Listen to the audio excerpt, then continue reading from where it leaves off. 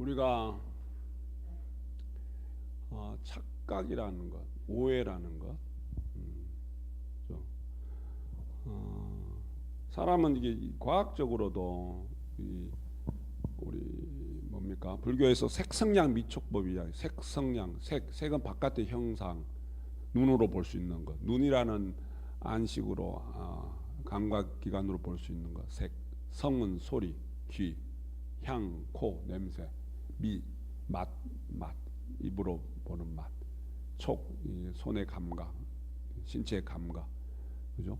이 바깥의 색성량 미촉이라는 어떤 바깥의 경계를 내 감각이 받아들이는 건데, 이제 하나의 눈을 예로 든다 손치더라도 눈의 가시광선이 눈이 볼 수 있는, 능히 볼 수 있는 그 빛이나 형상이나 이러한 그 폭이 정해져 있단 말이에요. 그죠? 내가 눈으로 눈 두 개가 있다고 다 볼 수 있는 게 아니에요. 내가 지금도 두 눈을 크게 뜨고 똑바로 보고 있지만 내 눈에 보이지 않는 것들이 있다는 이야기예요. 내가 볼 수 있는 것보다 보이지, 내가 지금 현재 두 눈으로 볼 수 없는 것이 더 많습니다. 진리 세상에서. 그죠? 우리 천수천안 관세음 관자재보살, 대자대비 관세음보살, 관자재보살, 눈이 1000개랍니다. 그죠? 상징적인 의미죠. 눈이 1000개라는 건 뭐냐 하면은 1000개의 관점으로 바라보는 거예요. 상대를 바라보고 세상을 바라볼 때 내가 가진 눈 하나 둘의 관점으로 상대를 보는 것이 아니라 내가 지금 가지고 있는 육신에 갖고 있는 이 두 눈으로 상대를 봤을 때 이해가 안 돼. 용납이 안 돼. 그런데 눈이 1000개예요. 그러면은 이 두 눈이 아닌 세 번째 눈, 네 번째 눈, 다섯 번째 눈, 아마 1000번을 다시 보고 다시 보고 다시 본다면은 다 담을 수 있을 거예요. 다 이해가 될 거예요. 그죠? 그리고 내가 상대를 이 두 손으로 상대를 내가 보살펴주고 상대를 위해주는 이 두 손이 모자라는 거예요. 그죠? 내가 이 정도만 충분했지. 내가 남편으로서, 아내로서, 어머니로서, 부모로서, 자식으로서 이 정도만 내가 할 도리를 다 했지가 아니라 내가 두 손으로서는 할 도리를 다 했지만 1000개의 손을 가지고 있다면 1000개의 관점에서 1000개의 어떠한 보살핌이 있다면은 해도 해도 한량이 없는 것이 바로 내가 베풀 수 있는 자비라는 이야기입니다. 내 가족, 내 식구뿐만 아니라 세상 모든 인연 있는 존재들 전부 다 그런 마음으로 바라다보고 그런 마음으로 보살피는 것이 그게 자비심입니다. 근데 이 자비심은 다시 이야기해서 그냥 나오는 것이 아니라고 그랬죠. 그죠? 그래서 우리는 그냥 내 육신을 그냥 눈으로 바라보고 세상을 그렇게 그냥 흘러가 앉아 살아왔기 때문에 온갖 왜곡된 것 투성이고 잘못된 판단 그리고 뭡니까? 착각투성이로 살아갈 수밖에 없는 겁니다. 근데 그걸 아까 얘기했다시피 착각인 줄 몰라요. 근데 우리 염송하면 압니다. 왜 염송을 하냐? 염송을 하면은 그게 보이기 시작하는 겁니다. 염송을 통해서만. 염송을 해서 내 마음을 보지 않고 염송만 주구장창한다고 다 해결되는 건 아닌데, 그런데 그렇다고 염송을 안 하면 안 돼. 염송을 통해서 내가 그 길로 들어갈 수 있다는 겁니다. 자, 착각이 얼마나 무서운가 하냐면은 몇 해 전에 신문에 난 건데 근육 긴장과 관련된 세가와병이라는 병인데 3살 때. 그런데 한 대학 병원에서 오진을 했어요. 잘못 판단을 한 거예요. 뇌성마비다. 3살 때.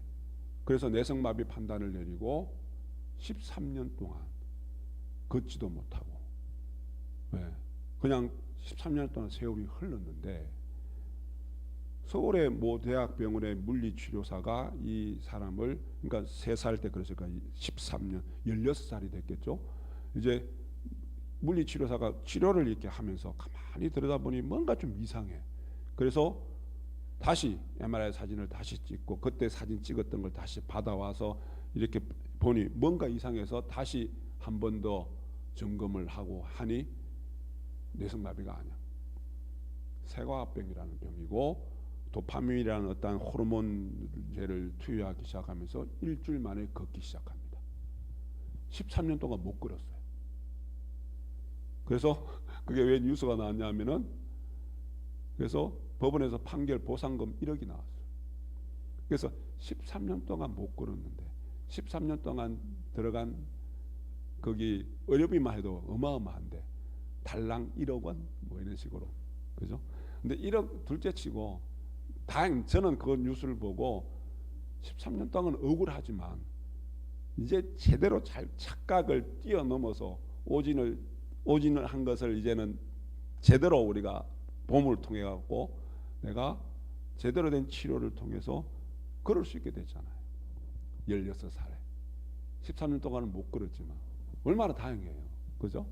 물론 억울한 면은 없지 않아 있지만 만약에 이 착각이 그대로 이어갔다면 언제까지 이어갈지 몰라요. 이제 바로 보게 된 거예요. 그죠? 바로 보게 되면서 못 걷던 사람이 걷기 시작합니다. 그죠? 착각이라는 게 그렇게 무서워요. 착각이라는 게. 네. 내가 이 내 생을 살아가면서 아닌 것 같지만 착각과 오해와 인지적 왜곡과 잘못된 어떤 자각 이런 것들이 천지백갈입니다. 다라고 생각 아까 이야기했잖아. 다다 인간이 생각하는 인지적 능력, 인지적 그 모습이나 생각이나 전부 100% 다다는 이야기. 왜? 아까 얘기했다시피 내가 지금 두 눈으로 이 과학자들이 하는 이야기가 내가 볼 수 있는 것보다 볼 수 없는 게 더 많다는. 근데 볼 수 있는 게 다라고 믿고 살아가기 때문에 왜곡될 수밖에 없는 거예요. 우리 그렇게 우리가 살아가고 있습니다. 그죠? 내가 그것을 받아들이느냐, 내가 그것을 받아들이지 못하느냐, 내 삶이 완전히 달라집니다. 우리 믿음, 우리 내용에 뭐가 있냐면은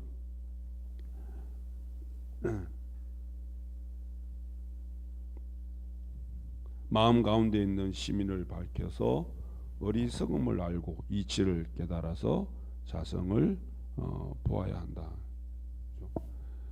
마음 가운데 있는 시민을 밝혀서 내가 어리석음을 알고 이치를 깨달아서 세상을 바라보아야 한다. 우리 염화시중이라는 말씀 들어보셨죠?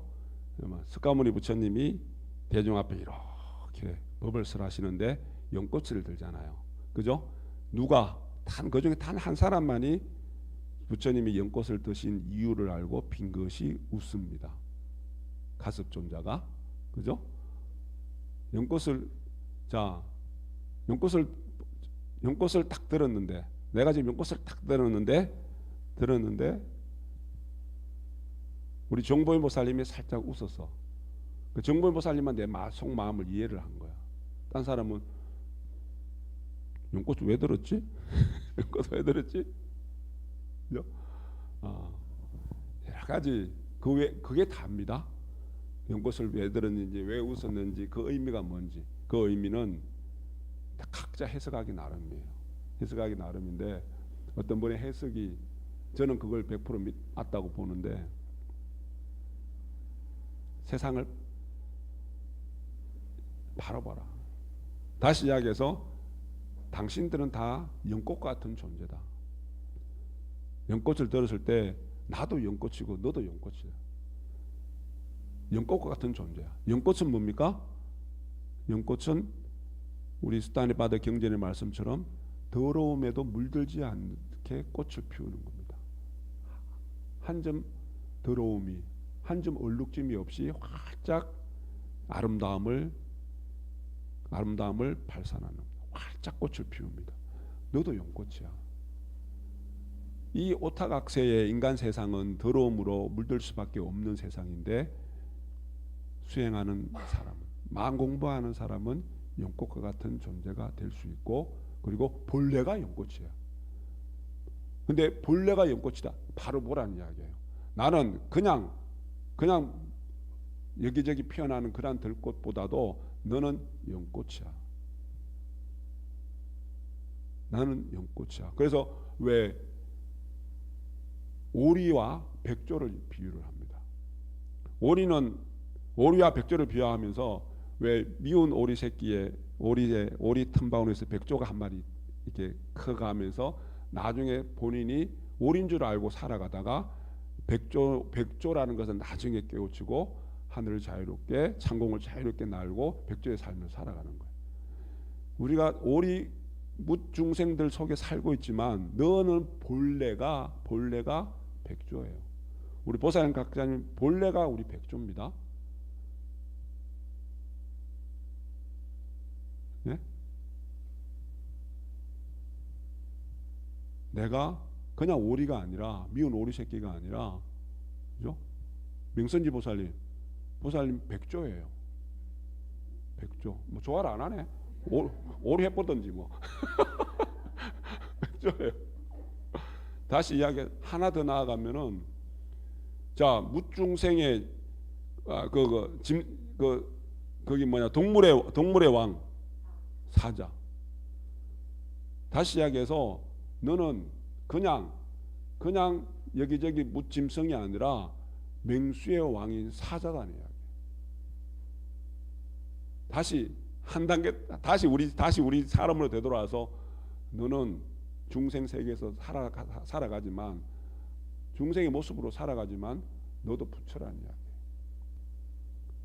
우리 한 사람 한 사람 다 부처예요. 근데 내가 부처라는 것을 잃어버리고 착각 속에서 그냥 여기저기 아무 그거 없이 인간 세계에서 살아가는 그냥 한 중생의 모습으로, 그냥 여기저기 그냥 물들고, 여기저기 그냥 악에 물들고, 여기 걸리고 저기 걸리며 살아가는 그러한 모습으로, 하찮은 모습으로 살아가서는 안 된다는 이야기예요. 너는 본래가 연꽃이고, 너는 본래가 백조와 같은 존재고, 너는 본래가 맹수의 왕이 사자고, 너는 본래가 부처다는 거예요. 너는 본래가 부처야. 그 부처된 마음으로 살아가야 되고, 내가 부처된 마음으로 살아가고, 연꽃과 같은 마음으로 살아가고, 내가 맹수의 왕이 사자와 같은 마음으로 살아가는 거예요. 용맹스럽게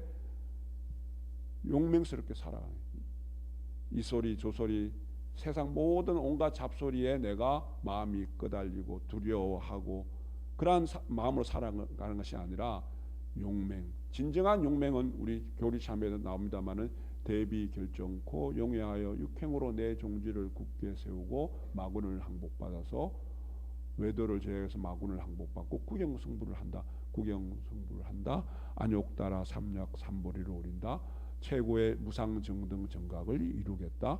자, 대자비심으로, 대자비심이 바로 대비 결정코 용맹을, 내가 대자비심이라는 것은 내가 진정한 용기가 없으면 대자비심이 안 일어납니다. 내가 하늘을 우아하게 날 수 있는 백조의 모습이 아니라면은, 내가 맹수의 왕이 사자의 모습이 아니라면은, 내가 진정 더러움에 물들지 않는 연꽃의 모습이 아니라면은, 내가 진정 무중생의 아니라 내가 진정 부처라는 존재가 아니라면은 대자비심이 일어날 수가 없고, 그리고 용맹이 일어날 수가 없다. 자, 그러한 자비심에서 어떠한 존재도 내가 품을 수 있고 용서할 수 있고 포용 섭사할 수 있는 대단한 용기입니다.